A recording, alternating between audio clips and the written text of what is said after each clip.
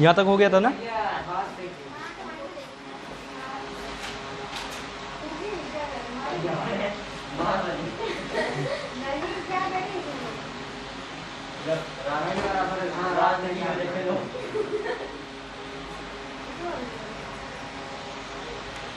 Next question देखो, obtain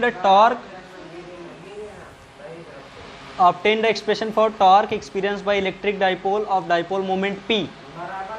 वो जो P लिखते हैं ना डाइपोल का, वो डाइपोल मोमेंट है, P से बोल देते ना, उससे कंफ्यूज नहीं होना। प्लेस इन यूनिफॉर्म इलेक्ट्रिक, ये भी देखो डेरिवेशन का पार्ट है। पेपर चाहे जहाँ का है, थोड़ा सा दिल्ली का लेवल थोड़ा सा ऊपर होता है, बहुत ज़्यादा नहीं। मगर क्वेश्चन लगाओगे तो ऐसा नहीं है कि थ्योरी से मिलेगा नहीं, या ऐसा कुछ है नहीं। सब बहुत, अगर ये 80 है तो वो 82 83 है, बस इतना समझ लो, ठीक है। बहुत कुछ अलग नहीं आता। चलो देखो, ये भी एक डायरेक्ट क्वेश्चन पूछा गया है, derive an expression for torque experience by electric dipole. भाई देखो, टॉर्क हम डेरिवेशन में कराएं, फिर भी देख लो इलेक्ट्रिक फील्ड मान लो एक डायरेक्शन में जा रही है। अगर इस डायरेक्शन में इलेक्ट्रिक फील्ड है तो उसमें हमने डाइपोल रखा है। अब डाइपोल क्या है, ये तुम्हें आना चाहिए। तो system of two equal and opposite charge separated by small distance 2L। 2L की ओनली थ्योरी पता है। ये प्लस चार्ज, ये माइनस चार्ज, इलेक्ट्रिक फील्ड इस तरफ जा रही हैं। अगर प्लस चार्ज होगा, इलेक्ट्रिक फील्ड इस तरफ जा रही, तो फोर्स भी किसी तरफ लगेगा, उधर ही लगेगा, जो कि किसके बराबर होगा, QE की बराबर। हाँ, इलेक्ट्रिक फील्ड इधर जा रही, चार्ज पॉजिटिव है, तो फोर्स भी इसी तरफ लगेगा, जो कि फोर्स की वैल्यू होगी कितनी, QE। चार्ज निगेटिव है, इलेक्ट्रिक फील्ड इस तरफ जा रही, तो फोर्स किधर लगेगा, अपोजिट डायरेक्शन में, which is equal to minus QE। अब भाई अगर हमारा डाइपोल ऐसे रखा हुआ है, ऐसे एक फोर्स इधर लग रहा है, एक इधर लग रहा है, तो ये क्या हो जाएगा, ऐसे पूरा रोटेट नहीं होगा, ऐसे होगा, केवल ऐसे, ठीक है। अगर यही चार्ज ऐसे हो जाएगा तो फिर ऐसे आ जाएगा। आ रही बात समझ में? देखो ये ऐसे है तो ये रोटेट हुआ तो ऐसे हो गया, अब भी तो फोर्स इधर ही लग रहा है, इसमें इधर लग रहा है, तो ऐसे हो जाएगा, फिर ऐसे नहीं आएगा, मोटर नहीं बनेगी। तो आ रही बात समझ में?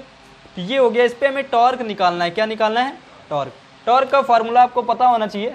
टॉर्क बराबर फोर्स इंटू परपेंडिकुलर डिस्टेंस, और फोर्स कितना लग रहा, QE। फोर्स जो लग रहा है वो QE के बराबर है। ये 2L नहीं है, परपेंडिकुलर डिस्टेंस की बात किया है, तो परपेंडिकुलर डिस्टेंस ये है, फोर्स के परपेंडिकुलर डिस्टेंस। किसका परपेंडिकुलर डिस्टेंस? नहीं, फोर्स से परपेंडिकुलर डिस्टेंस, जिधर आप फोर्स लगा रहे हो उसका परपेंडिकुलर डिस्टेंस, ठीक है। ये चीज याद रखना, वेक्टर में आपको यही नहीं पता होता परपेंडिकुलर डिस्टेंस किसकी।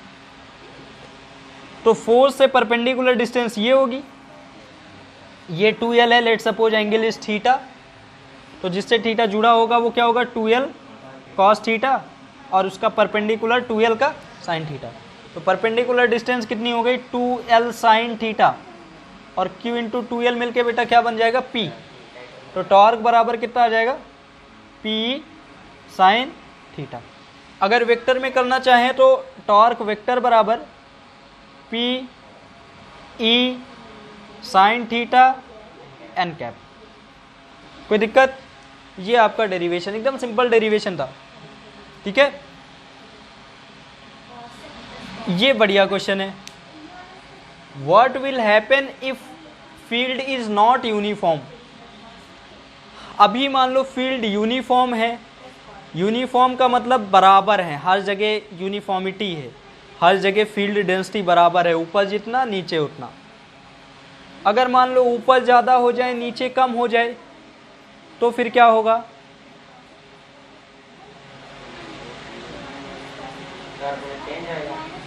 ये मान लो ज़्यादा फोर्स लगा रहा है उधर, ये कम है लगा रहा है, तो नेट फोर्स जीरो नहीं होगा, तो वो ट्रांसलेटरी मोशन करने लगेगा।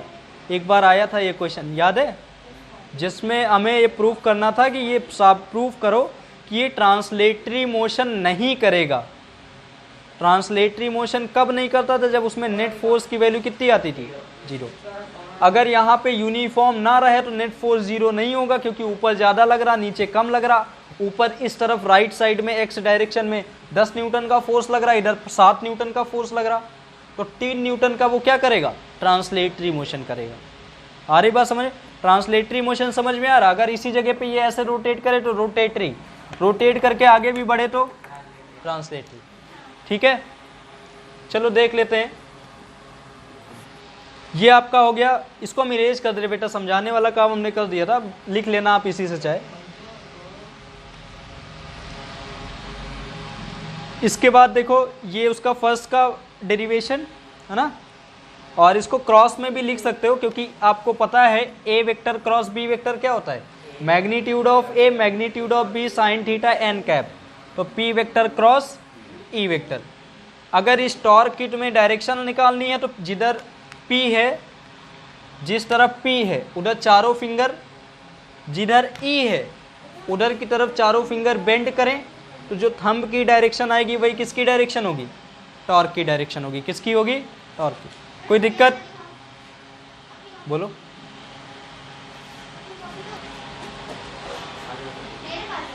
हो गया। बी वाले में देखो मैंने बताया कि वो अगर उसमें फोर्स यूनिफॉर्म नहीं होगा तो वो कैसा मोशन करेगा, translatory motion. If the field is not uniform then dipole will experience translatory motion as well as torque. मतलब वही वाला केस, वो घूमेगा भी और आगे भी जाएगा। तो ट्रांसलेटरी मोशन समझ में आ रहा, सीधा सीधा चलना, और घूम के सीधा सीधा चलना, तो टॉर्क भी और ट्रांसलेटरी मोशन भी। ठीक, बहुत बढ़िया। कितना थ्योरी पढ़वाओगे, फिर वही आ गया हॉलो सिलेंडर कोएक्सियल। ये देखो, चलो बहरहाल करते हैं, नोट करो ये वाला कर लो एक बार, नोट करो क्वेश्चन और ये उसका सॉल्यूशन माने नहीं, नोट कर लो,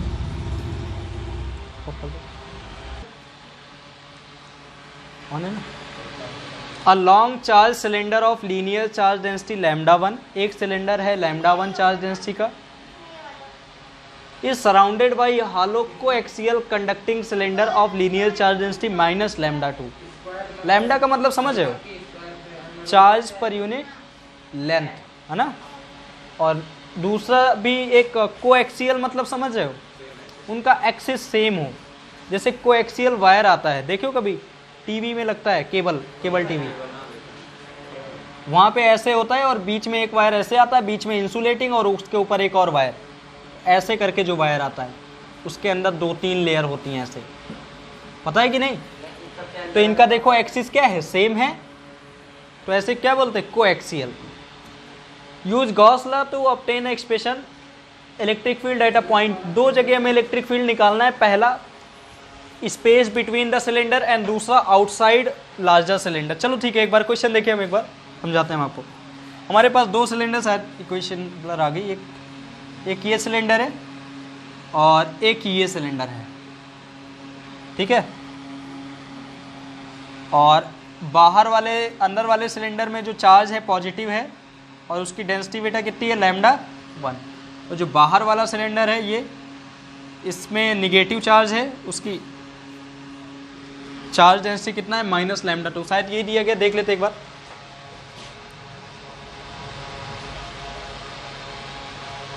cylinder of charge lambda surrounded by a hollow coaxial of linear charge density, ठीक है। एक दूसरा है, उसकी लीनियर चार्ज डेंसिटी कितनी है, लैम्डा 2।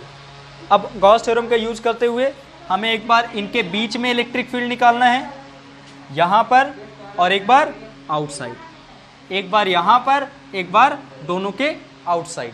कोई दिक्कत नहीं, तो सिंपल है, एकदम सिंपल है। चलो देखो, तो यहाँ पे क्या चाहते हो, अगर हम ये 5 नंबर का आता तो पूरा सही से सॉल्व करते, अगर सिंपल तरीके से अगर आप सॉल्व करना चाहते तब भी हो जाएगा। यहाँ पे अगर आप लैम्डा, जो इसका फार्मूला तुमने पढ़ा है, कौन सा फार्मूला पढ़ा है, एक स्ट्रेट वायर का चार्ज डेंसिटी कितनी होती है, lambda upon 2 pi r epsilon naught, ठीक। तो इस जगह पे इलेक्ट्रिक फील्ड कितनी होगी, lambda upon 2 pi r epsilon naught. चलो देख लो एक बार, हम करा ही देते क्योंकि आगे फिर तुम्हें उस पर आएगी प्रॉब्लम। चलो देखो, इस जगह पे निकालना है तो कुछ शॉर्ट में करेंगे हम। जो नेट फ्लक्स होगा ऊपर वाले सरफेस को ए, इस वाले सरफेस को, ये गॉसियन सरफेस बनाया है, ये गॉसियन सरफेस दूसरा है, तो ये पहले वाले गॉसियन सरफेस की बात कर रही है, दूसरे वाले गॉसियन सरफेस की। तो पहले वाले गॉसियन सरफेस का नेट फ्लक्स निकालने के लिए ऊपर जा रहा है ये इलेक्ट्रिक फील्ड, इधर जा रही है, एरिया वेक्टर ऊपर, एरिया वेक्टर नीचे, इलेक्ट्रिक फील्ड इधर, तो 2 तो 0 ही बन गए, बचा कौन, कर्ड सरफेस एरिया। अगर ये नहीं आता तो पहले थ्योरी पे आप वो वाला डेरिवेशन देखिए जहाँ पे हमने electric field lambda upon 2 pi r epsilon naught कराई है। तो यहाँ पे देखो कितना आएगा, चार्ज डेंसिटी कितना है, फ्लक्स निकालना है तो सबसे पहले क्या यूज करेंगे, ई डॉट और ई होल इंटीग्रेशन, कंप्लीट इंटीग्रेशन और डीए। लेकिन बाकी सब तो 0 हो गए, ये ऊपर वाला पार्ट और नीचे वाला पार्ट तो 0 हो गया, बचा कौन, ये वाला पार्ट। तो ई डीए, ई अपनी जगह, इसका पूरा एरिया कर्व सरफेस एरिया कितना होगा 2 pi R, let suppose radius is R. Gaussian surface की रेडियस बेटा कितनी है आर, गॉसियन सरफेस की है 2 पाई आर एल, और बाई गॉस थ्योरम ये किसके बराबर होगा, Q upon epsilon naught, E 2 pi R L, और ये बाई गॉस थ्योरम। ठीक, इलेक्ट्रिक फील्ड क्या हो जाएगी, E equals to Q upon epsilon naught 2 pi R L, Q upon L is lambda, पहले की वजह से निकाल ले तो उसकी चार्ज डेंसिटी उन्होंने कितनी बताई, lambda 1, lambda 1 upon 2 pi r epsilon.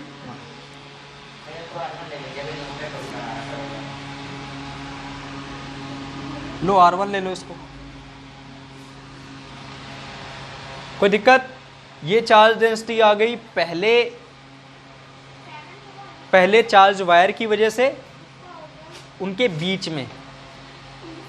अब देखो अगर हमें दूसरे की वजह से भी फाइंड करनी हो तो सबसे पहले देखो, अगर नेट निकालना है तुम्हें, यही फॉर्मूला यूज करेंगे। आप क्या यूज करेंगे, नेट फ्लक्स इक्वल्स टू, ये पूरा कितना आएगा भाई, देखो स्टार्टिंग का अपर पार्ट और लोअर पार्ट तो 0 हो जाएगा, तो ये बचेगा कौन, curved surface area, E dot 2 pi are 2 l, और बाकी दो पार्ट क्या हो जाएंगे 0। तो कितना आया, ई 2 पाई आर 2 एल, ये नेट फ्लक्स निकल के आया। अगर हमें क्या निकालना है, क्या निकालना है, इलेक्ट्रिक फील्ड, तो गॉस थ्योरम यूज कर लें। गॉस थ्योरम क्या बोलते हैं, net flux equals to net charge enclose upon epsilon naught. अब देखो नेट चार्ज की प्रॉब्लम आ रही, यहां पे चार्ज Q प्लस है, यहां पे चार्ज Q माइनस है, तो नेट चार्ज कैसे निकालेंगे, Q प्लस माइनस या Q plus minus Q minus. भाई इधर चार्ज Q1 है प्लस का, इधर चार्ज माइनस का Q। चलो एक एग्जांपल पे समझें, इधर का चार्ज 5 कूलम है, इधर का चार्ज माइनस का 3 कूलम है, तो बताओ नेट चार्ज कितना, 2 कूलम ना प्लस का। कैसे आया, सारे चार्जों को अलजेब्रिक सम किया ना, माइनस है तो उसको माइनस लेके किया, प्लस है तो उसको प्लस लेके किया।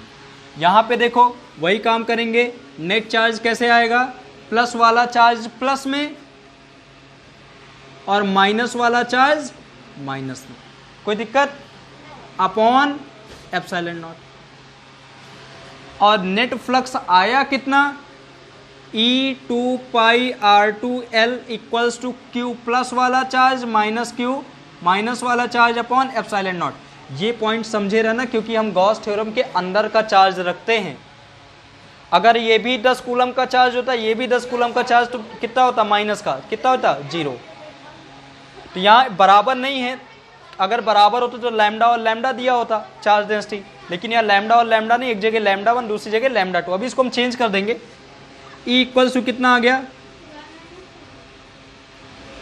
1 upon 2 pi are 2 epsilon naught Q plus minus Q minus upon L। इसको इधर भेज दिया और कुछ नहीं किया, 2 pi are 2 L, 2 pi are 2 L, epsilon naught अपनी जगह, Q प्लस माइनस Q। ठीक, अब देखो इसको हम थोड़ा सा अलग कर देते हैं, इसको अलग और इसको अलग। Q प्लस अपॉन एल मतलब पॉजिटिव चार्ज अपॉन लेंथ क्या होगा, प्लस का लैम्डा 1। इन्होंने बोल दिया है चार्ज डेंसिटी कितनी है, लैम्डा 1 प्लस का, और निगेटिव चार्ज की वजह से चार्ज डेंसिटी कितनी है, माइनस का लैम्डा 2। यहाँ पे देखो E इक्वल्स टू कितना आ जाएगा, 1 upon 2 pi R2 epsilon not lambda 1 minus lambda. कोई दिक्कत? कहाँ प्लस हो जाएगा?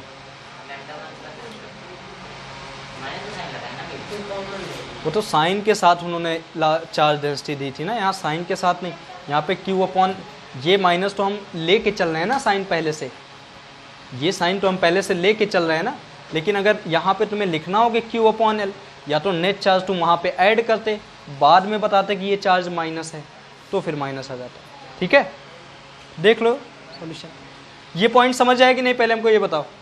अगर ये आ गया तो फिर कोई दिक्कत नहीं है, ये सॉल्यूशन कंप्लीट। हिंट कर दिया एक बार, और एक बार आप नोट कर लीजिए कॉपी में, नोट कर लो। ये वाला पार्ट हो गया होगा, है ना? तो इसको हम इरेज करें, बाकी तुम देख लो।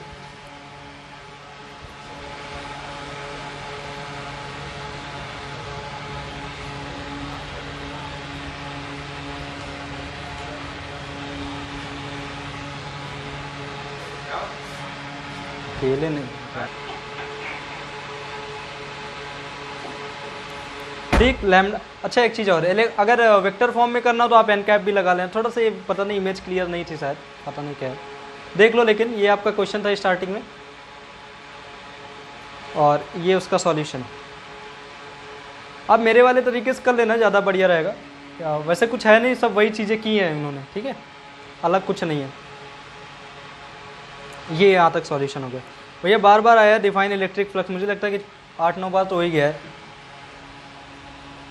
एक पेपर में कितनी बार पूछते हैं, हर एक पेपर में पूछ ही लेते हैं define electric flux. Electric flux is a number of electric field line passes through that area. थोड़ा सा और अच्छी लैंग्वेज लिखना हो तो ये लिख सकते, the total number of electric field line of force. ये वर्ड देखो यहाँ पे, इलेक्ट्रिक लाइन ऑफ फोर्स। जो फील्ड होती है ना, इनको एक बार हमने बताया भी था, इन फील्ड को फोर्स लाइन भी बोलते हैं, क्योंकि यहाँ पे चार्ज रखा होता है तो क्या एक्सपीरियंस करता है, force. Passing through a given area normally, कहने का मतलब ये है कि एरिया इसे रखा हो, कोई फर्क नहीं पड़ता, एरिया वेक्टर, हाँ ठीक है। अगर एरिया का अगर आप मैग्नीट्यूड ले रहे हैं तो एरिया कैसा होना चाहिए, परपेंडिकुलर होना चाहिए। कैसा होना चाहिए, ऐसे। एरिया वेक्टर उसी डायरेक्शन में हो सकता है। और एरिया वेक्टर कैसे निकालते, परपेंडिकुलर टू द सरफेस। ये पॉइंट बताया ही। नेक्स्ट देखो, अच्छा यही कंप्लीट नहीं हुआ होगा, ये हम नहीं बताएंगे इसको, ठीक है। Using Gauss law deduce an expression for electric field intensity due to uniformly long straight charge wire. ऊपर यही तो करा क्या है, हाँ, या फिर ये कहीं फॉरवर्ड कर रहे हैं, हम आपको हिंट कर देते हैं। ये फॉरवर्ड कहीं कर रहे हैं, वहाँ फॉरवर्ड हो जाते हैं हम लोग। 12 क्वेश्चन पे बंद ना होना तो पेज नंबर 12 14। एक स्ट्रेट वायर की वजह से हमें क्या निकालना है, क्या निकालना है, इलेक्ट्रिक फील्ड। ये है, ये हमारा एक स्ट्रेट वायर है, देख लेना पीछे वाले लेक्चर पे, वहाँ पे करा दिया। हमारा स्ट्रेट वायर है, 3 एरिया करके नेट फ्लक्स निकालते थे। नेट फ्लक्स निकालने के बाद हम उसको गॉस थ्योरम में रख देते थे। गॉस थ्योरम में रख देते थे तो इसकी वैल्यू आ जाती थी कितनी, λ/2 πr एप्सिलॉन नॉट। डायरेक्शन लाना है तो एन कैप से मल्टीप्लाई कर देते थे। और यहाँ पे एक और पार्ट आता था, graph, electric field versus distance, radius नहीं, बेसिकली डिस्टेंस आप मानिएगा। और यहाँ पे ये एक अच्छा इंपॉर्टेंट क्वेश्चन था जहाँ पे हमने वर्क फाइंड किया था, ठीक है। तो ये एक नई चीज़ वहाँ पे सीखी थी, लॉग के टर्म में आया था। तो ये वाला पॉइंट आप याद रखिएगा। चलो कहाँ पे थे हम लोग,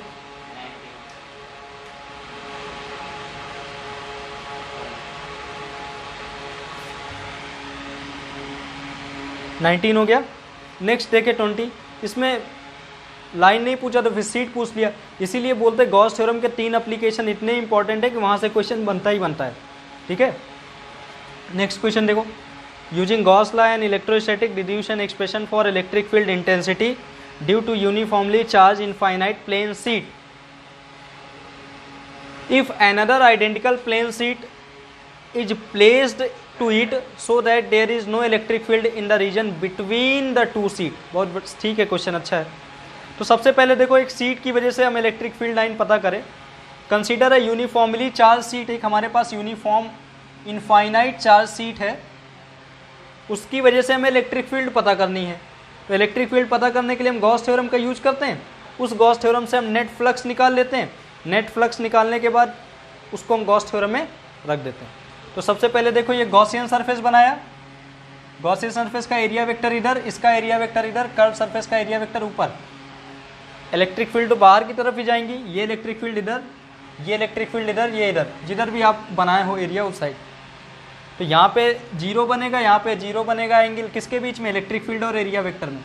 यहाँ पर भी जीरो बनेगा इलेक्ट्रिक फील्ड और एरिया वेक्टर में, और यहाँ पे 90 बनेगा। तो ये वाला पार्ट के लिए नेट फ्लक्स की वैल्यू कितनी हो जाएगी, जीरो। ये वाले पार्ट के लिए नेट फ्लक्स की वैल्यू कितनी हो जाएगी, फाई बराबर E vector dot A vector. कोई भी पार्ट है, इस वाले के लिए फ्लक्स कितना हो जाएगा, E vector dot D S vector, side S से लिया है, एस से करो, ठीक है, डी एस वेक्टर। तो आप इंटीग्रेट भी कर देना, ठीक।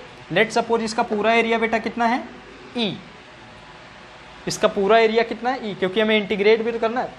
तो इधर क्या क्या आ जाएगा, ई, और एस को इंटीग्रेट कर देते ए, उधर का क्या आ जाएगा, ई, और एस को इंटीग्रेट कर देते ए, कितना आ जाएगा, 2e। ये हमारा क्या निकल के आ गया, नेट फ्लक्स। नेट फ्लक्स आ गया तो इसको हम किसके बराबर रख दें, क्यू अपॉन एप्सिलॉन नॉट के बराबर। अगले लाइन में करना, हमारे जैसे नहीं करना। 2e इक्वल्स टू यहाँ पे लिख देना, by putting above value the net flux, value of net flux in Gauss theorem, किसके बराबर रख दिया, क्यू अपॉन एप्सिलॉन नॉट, ई बराबर Q upon 2a epsilon naught, और क्यू अपॉन ए बेटा क्या लिख सकते हैं, सिग्मा। तो सिग्मा अपॉन, ठीक है, वही यहाँ पे किया है, और सिग्मा अपॉन 2 एप्सिलॉन नॉट। ये डेरिवेशन पार्ट पे भी है, थ्योरी पार्ट पे भी है, कुछ नया नहीं है। इसके बाद देखो, ये भी नोट कर लेना,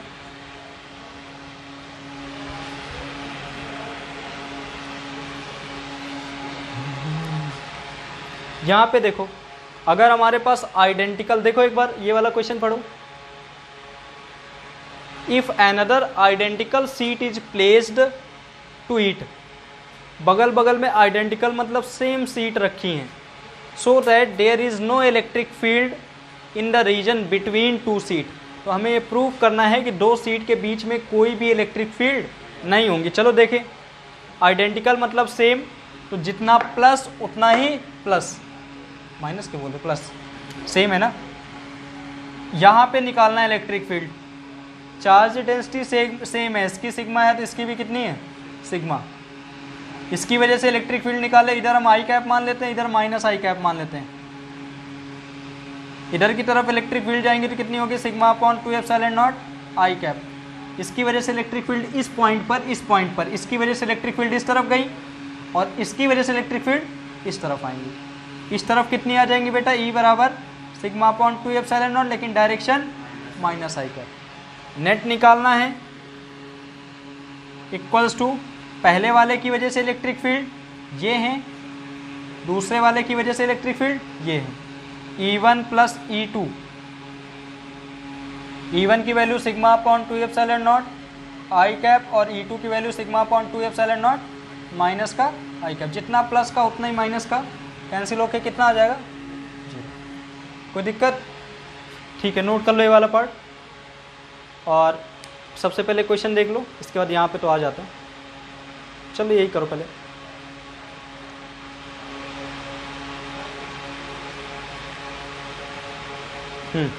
नोट कर लो, हो गया है। इसके बाद देखो,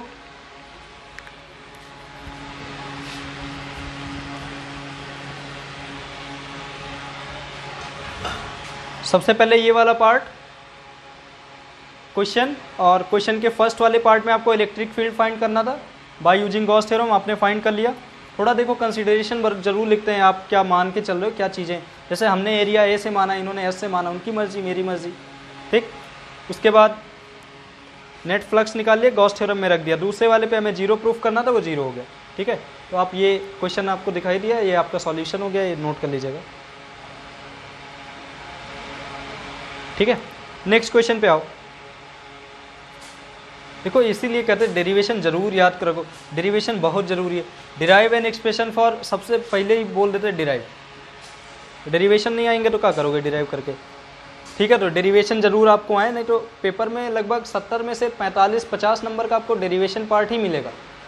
ठीक है, कुछ क्वेश्चन कॉन्सेप्चुअल होते हैं, ऐसा नहीं हमेशा वही डायरेक्ट पूछ लेंगे। जैसे आपने अभी ऊपर जब पढ़ा था एक इनफाइनाइट वायर की वजह से इलेक्ट्रिक फील्ड फाइंड करना, वहाँ पे एक कॉन्सेप्चुअल क्वेश्चन आया था, आप वर्क डन बताओ, वो कॉन्सेप्ट था।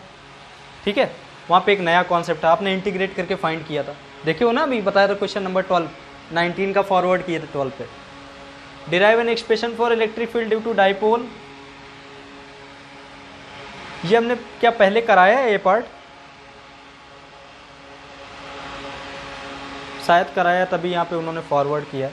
Derive an expression for electric field due to dipole of length 2a, dipole है उसकी length 2a at a distance r from the centre of dipole. बताएं इसको, थोड़ा सा हिंट करते बस, बाकी आपका देख लेना थ्योरी पार्ट में, या फिर पहले हमने करा दिया, अगर आपने सारे लेक्चर देखे तो आपको मिला होगा ये। अगर हमारे पास एक बार प्लस चार्ज है और एक बार माइनस चार्ज है, अगर इधर माइनस लेते तो इलेक्ट्रिक फील्ड माइनस की आती थी, याद आ रही है? हाँ, और यहाँ पे इसकी डिस्टेंस कितनी होती थी 2l, सेंटर से डिस्टेंस बेटा कितनी होती थी l, और इधर से भी ये डिस्टेंस l, यहाँ से ये डिस्टेंस कितनी हो जाती थी r। तो माइनस चार्ज से कितनी होगी r माइनस l, और प्लस वाले चार्ज से कितनी हो जाएगी r प्लस। इलेक्ट्रिक फील्ड एक बार प्लस की वजह से निकाल लो, डायरेक्शन रखना तो आई कैप जे कैप रख देना, प्लस की वजह से चलो हम बता भी देते कितनी होगी, इक्वल्स टू कैपिटल K 1/4πε0 वाला, और चार्ज बेटा Q है, डिस्टेंस कितनी है r प्लस l का whole square, r plus l का होल स्क्वायर। प्लस चार्ज है तो बेटा बताओ इलेक्ट्रिक फील्ड किधर जाएंगी, इस जगह पे निकाल लेते, प्लस चार्ज है तो बाहर की तरफ, इधर डायरेक्शन क्या हो गई आई कैप, इधर की डायरेक्शन हम आई कैप मान रहे हैं, कोई कहे हम जे कैप मानेंगे तो मानो आपकी मर्जी, मेरा मन कर रहा मैंने आई कैप मान लिया, इधर आई कैप तो इधर कौन सा होगा माइनस आई कैप। ठीक है, कोई कहे नहीं हम एन कैप मानेंगे तो मानो आपकी मर्जी, लिख दो वहाँ पे बस। ठीक है, तो ये हो गया इलेक्ट्रिक फील्ड प्लस की वजह से, और ये हो गया इलेक्ट्रिक फील्ड माइनस की वजह से। कितना आएगा K/Q/r² माइनस l²। यहाँ माइनस क्यों लिखा, क्योंकि माइनस चार्ज से जहाँ पर हम इलेक्ट्रिक फील्ड फाइंड कर रहे हैं m पॉइंट पर, उसकी दूरी कितनी है r माइनस, दूरी कहाँ से लेके कहाँ तक होती है, चार्ज से उस डिस्टेंस तक जहाँ पर फाइंड कर रहे हैं। अच्छा ये लिख दिया गया, ज़्यादा पढ़ा तब भी दिक्कत होती है। ठीक है, और डायरेक्शन भी रख देते हैं, तो माइनस है तो माइनस से तो इलेक्ट्रिक फील्ड इधर आएगी, इधर के लिए हमने डायरेक्शन क्या माना माइनस का आई कैप, तो ये क्या करते हैं माइनस का, कोई दिक्कत। ठीक है, तो ये इसके बाद नेट निकालना, तो दोनों को ऐड कर देना, क्या कर दोगे ऐड, बाय सुपरपोजिशन प्रिंसिपल हम दोनों क्या कर सकते हैं ऐड कर सकते हैं, आ जाएगा। ठीक, इसके बाद draw a graph of electric field versus, और अच्छा इनवर्स ग्राफ बनेगा, क्योंकि आपको याद हो अगर इसकी इलेक्ट्रिक फील्ड सॉल्व करने पे कितनी आती थी, E बराबर K2P/r³,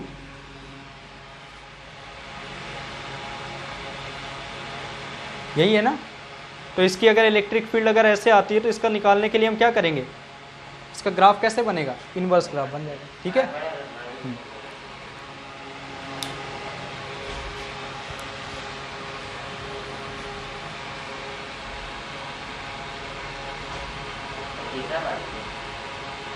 थर्ड भी है, देखो देखें।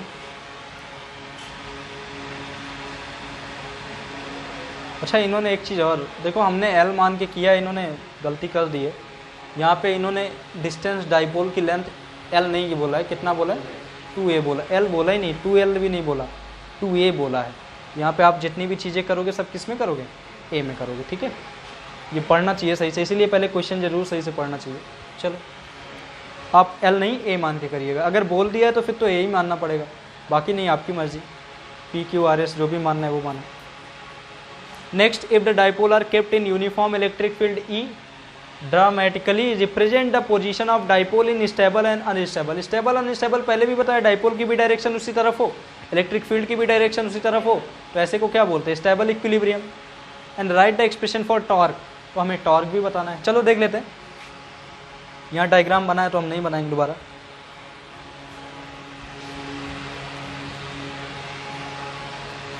ये देखें, ये डाइपोल है, Q माइनस से Q plus, separation distance 2L। Dipole की डायरेक्शन मैंने बताई थी माइनस से प्लस, तो डाइपोल की डायरेक्शन इधर, इलेक्ट्रिक फील्ड की भी डायरेक्शन इस, तो इसको क्या बोलते हैं? Stable equilibrium. टॉर्क पूछे, टॉर्क बराबर P sine theta. Theta is angle between dipole and electric field. Dipole is in same direction, electric field is in same direction, so theta equals to 0, so torque equals to. Unstable पे देखें, sine theta की value याद है कि नहीं सबको? नहीं याद है तो जान लीजिए, ऐसे साइन ग्राफ बना लीजिए, हमेशा कभी याद ही नहीं करना पड़ेगा आपको। ये हो गया 0, ये हो गया 180, ये हो गया 360, ये हो गया 90, ये हो गया 270, ठीक है। बाकी 30 वाली ऐसे यहाँ से आप याद कर सकते हो, ठीक है। चलो यहाँ पे देखें, अगर इधर माइनस है इधर प्लस है तो डाइपोल की डायरेक्शन अपोजिट तरफ इस तरफ, और इलेक्ट्रिक फील्ड इस तरफ, दोनों में थीटा कितना बन रहा है? 180, और साइन 180 की वैल्यू, ठीक है। ये वाला पार्ट भी आ गया। और अनस्टेबल समझ में है, डाइपोल की डायरेक्शन और इलेक्ट्रिक फील्ड की डायरेक्शन अपोजिट है, ऐसे को क्या बोलते हैं? अनस्टेबल इक्विलिब्रियम, ठीक है। इतना हुआ, ठीक है। इस पे कोई दिक्कत? चलो नोट कर लो। टॉर्क इस पे भी पूछा था, यहाँ पे थीटा आपको, बस जब टॉर्क आप ये लिखते हैं टॉर्क बराबर P साइन थीटा, आपको हर एक टर्म का मतलब पता होना चाहिए। जैसे वहाँ पे आपने बोल दिया टॉर्क बराबर force into perpendicular distance, perpendicular distance तो ले ले, कहाँ के ले लें, तो आपको ये पॉइंट पता होना चाहिए, हर एक टर्म की रियल मतलब समझ में आना चाहिए, ठीक है। जैसे कि आगे हमने पढ़ा था कि galvanometer, current sensitivity, voltage sensitivity और कन्वर्जन ऑफ गैल्वेनोमीटर, तो वहाँ पे V is not a normal potential. V वो पोटेंशियल होता है जहाँ से हमें जहाँ तक चेंज का जितना वोल्टेज बनाना है वो वोल्टमीटर, चलो वो तो जब रहेगा तब बताएंगे वहाँ पे उस चैप्टर में। तो यहाँ पे ये आपको पता होना चाहिए थीटा किसके बीच का एंगल है? P डाइपोल मोमेंट और E इलेक्ट्रिक फील्ड। तो यहाँ पे थीटा 0, यहाँ पे 1, ठीक है। कोई दिक्कत?